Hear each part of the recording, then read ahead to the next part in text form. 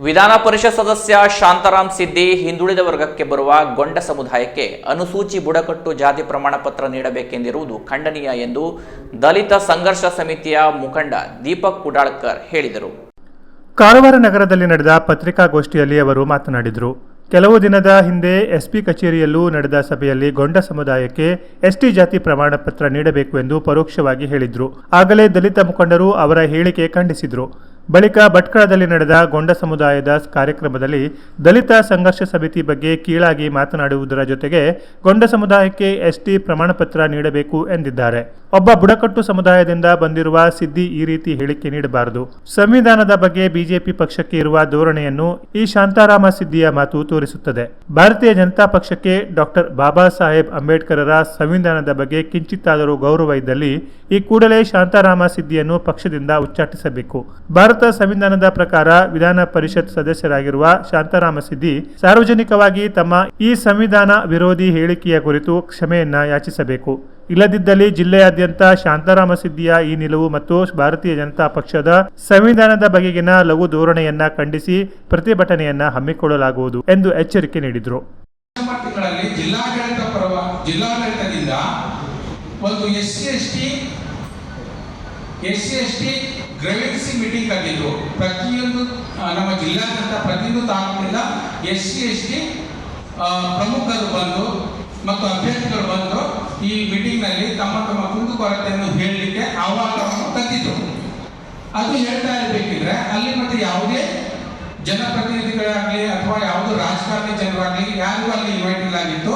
ಅಲ್ಲಿ only for SC/ST ಜನರು ಮತ್ತೆ ಸಿಬ್ಬಂದಿ ವರ್ಗದವರು, CS ಆಗಲಿ, SP ಆಗಲಿ, ಜಿಲ್ಲಾಧಿಕಾರಿ ಆಗಲಿ ಅಥವಾ AC ತಹಸೀಲ್ದಾರ್ ಇವರೇ ಇದ್ರು ಬಿಟ್ಟರೆ ಮತ್ತೆ ಯಾರು ಇಲ್ಲ. ಆದ್ರೆ ಸಡನ್ಲಿ ಆಗಿ ಅಲ್ಲಿ ಶಾಂತಾರಾಮ್ ಸಿದ್ದಿಯವರು ಆಗಮಿಸಿ ವೇದಿಕೆ ಮೇಲೆ ಹೋಗಿ ಕುತ್ಕೊಂಡಿದ್ದ ನಂತರ ಪ್ರತಿಯೊಬ್ಬ ಅಹವಾಲನ್ನು ಹೇಳ್ತಾ ಇರ್ಬೇಕಿದ್ರೆ ಪ್ರತಿಯೊಬ್ಬರು ತಮ್ಮ ಅಹವಾಲನ್ನು ಹೇಳ್ತಾ ಇರ್ಬೇಕಿದ್ರೆ ಎಲ್ಲ ಕೇಳ್ಕೊಂಡಿದ್ದಾರೆ. ಲಾಸ್ಟಿಗೆ ಒಂದು ಹುಡುಗಿ ಬಂದು ನಮಗೆ ಗೊಂಡ ಸಮುದಾಯಕ್ಕೆ ಅನ್ಯಾಯ ಮಾಡಿದ್ದಾರೆ, ನಮಗೆ ಜಾತಿ ಪ್ರಮಾಣ ಪತ್ರ ಕೊಡ್ತಾ ಇಲ್ಲ, ನಮಗೆ ಸಿದ್ಧ ಪ್ರಮಾಣ ಪತ್ರ ಕೊಡ್ತಾ ಇಲ್ಲ, ವಿದ್ಯಾರ್ಥಿ ವೇತನ ಕೊಡ್ತಾ ಇಲ್ಲ ಅಂತ ಹೇಳಿ ಅವರು ಕೂಡ ಅಹವಾಲಿನಲ್ಲಿ ಹಾಕಿದ್ದಾರೆ.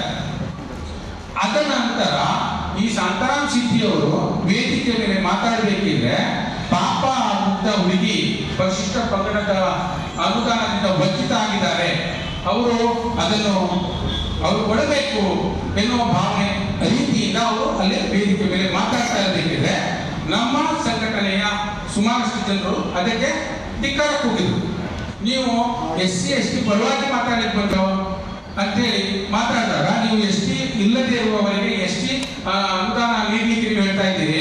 STಯಲ್ಲಿ ಇರುವಂತ ನಮ್ಮ ಈ ವಾಲ್ಮೀಕಿ ಸಮಾಜದ ಜನಾಂಗದವರಾಗ್ಲಿ, ಸಿದ್ದಿ ಜನಾಂಗದವರಾಗ್ಲಿ, ಈ ಕೊರಡ ಜನಾಂಗದವರಾಗ್ಲಿ ಅವರಿಗೆ ಸಿಗುವಂತ ಸೌಲಭ್ಯವನ್ನು ಈ ಗೊಂಡ ಜಾತಿಯವರು ತಗೊಳ್ತಾ ಇದ್ದಾರೆ.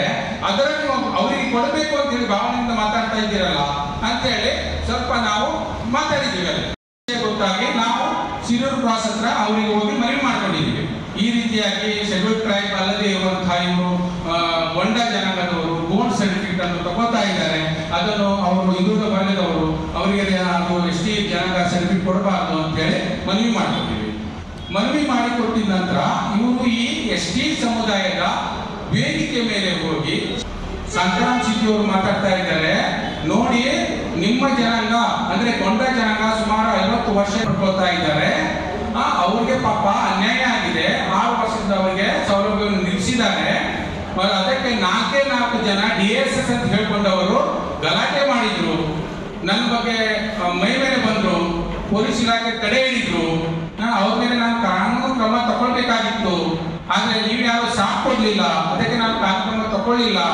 ನಿಮಗೆ ದಯಮಾಡಿ ಜಾತಿ ಪ್ರಮಾಣ ಪತ್ರ ಕೊಡಬೇಕು ಎನ್ನುವ ದೃಷ್ಟಿಯಿಂದ ನೈಜ ಈ ನಮ್ಮ ಸಿದ್ದಿ ಜನಾಂಗ ಆಗಲಿ, ನಮ್ಮ ವಾಲ್ಮೀಕಿ ಜನಾಂಗ ಆಗಲಿ ಅಥವಾ ಕೊರಗ ಜನಾಂಗ ಆಗಲಿ ಇವರಿಗೆ ಅನ್ಯಾಯ ಆಗ್ತದೆ ಅಂತ ಹೇಳಿ ನಾವು ಹೋರಾಟ ಮಾಡಿದ್ರೆ ಇವರು ಶೆಡ್ಯೂಲ್ ಟ್ರೈಬ್ ಇರುವಂತಹ ಈ ಶಾಂತಾರಾಮ್ ಸಿದ್ದಿಯವರು ಅವರ ವಿರುದ್ಧವಾಗಿ ಮಾತಾಡ್ತಾರೆ ಮತ್ತು ಆ ಪರಿಶಿಷ್ಟ ಪಂಗಡ ಅಲ್ಲದೆ ಇರುವಂತಹ ಈ ಹಿಂದುಳಿದ ವರ್ಗ ಜನಾಂಗದ ಗೊಂಡ ಸಮುದಾಯದವರಿಗೆ ಇವರು ಪ್ರಮಾಣ ಪತ್ರ ಕೊಡಬೇಕು ಅಂತ ಹೇಳಿ ಮಾತಾಡ್ತಾ ಇದ್ದಾರೆ.